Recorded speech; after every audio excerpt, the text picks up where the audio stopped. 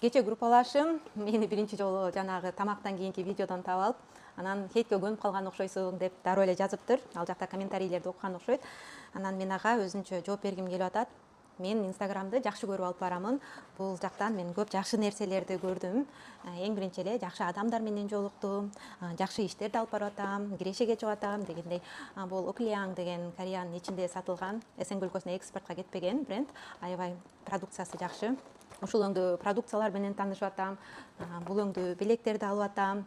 Анан ошол хейттерди мен жаман катары кабыл албаймын. Тескерисинче, кээде ар бир хейттен бир кызыктуу идея тапса болот, же болбосо ошол адамдарды түшүнүп койсо болот. Бирөөгө айта албай аткан арманын, же болбосо бирөө менен уруша албай аткан урушун ошол комментарий аркылуу чыгарып алып атышат да. Көбүнчөсүн кандай адамдар жаман комментарий жазат. Мону билесиңерби, Energy Diet деп Россия СНГ өлкөсүндө аябай белгилүү го. Эми Корея рыногунда да сатыла баштаптыр. Кореядан буйртма берсеңер дагы болот. Буйртма берем десеңиздер, Кореяда жашагандар мага кайрылгыла.